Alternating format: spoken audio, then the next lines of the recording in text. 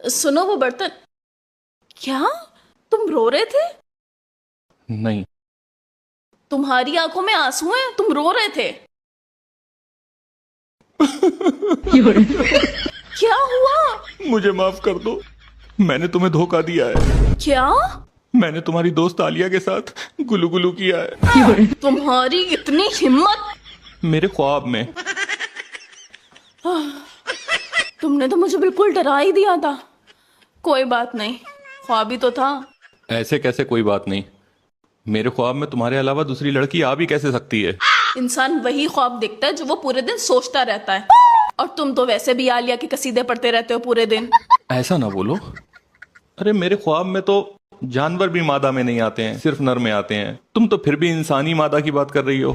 और पता, उसके बाद जो उसने मेरी मालिश की। अच्छा ठीक है, मुझे तुम्हारा ख्वाब अब नहीं सुनना। देखो, मैंने आज तक तुमसे कोई बात नहीं छुपाई, तो मैं तुम्हें वो भी सब कुछ बताना चाहता हूँ जो मैंने ख्वाब में देखा है। मैं तुमसे कुछ भी छुपाना नहीं चाहता। अच्छा, तुम्हारे ख्वाब में मेरा कोई जिक्र नहीं हुआ?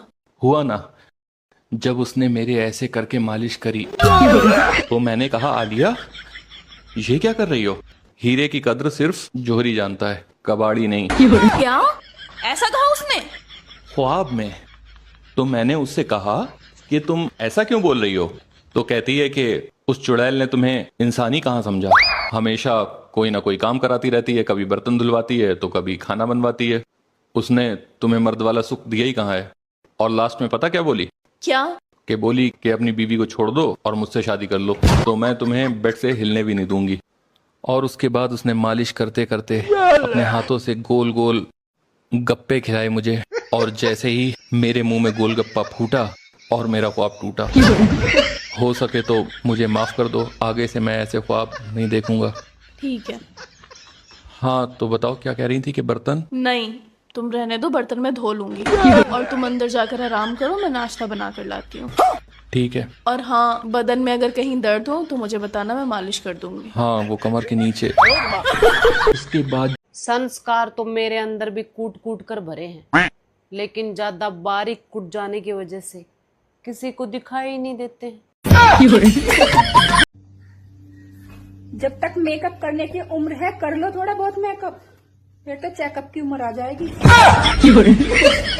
जिंदगी ने लड़कियों को दिया ही क्या है, धोने के लिए कपड़े और मांजने के लिए भांडे, और जिंदगी हराम करने वास्ते रिश्तेदार।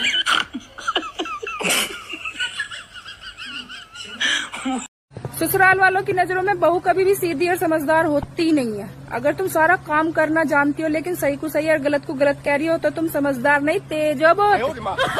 और अगर तुम किसी बात के लिए कुछ नहीं बोलती हो, चुप रहती हो, तो तुम गुन्नी हो। सीधी और समझदार तो बहू हो ही नहीं सकती।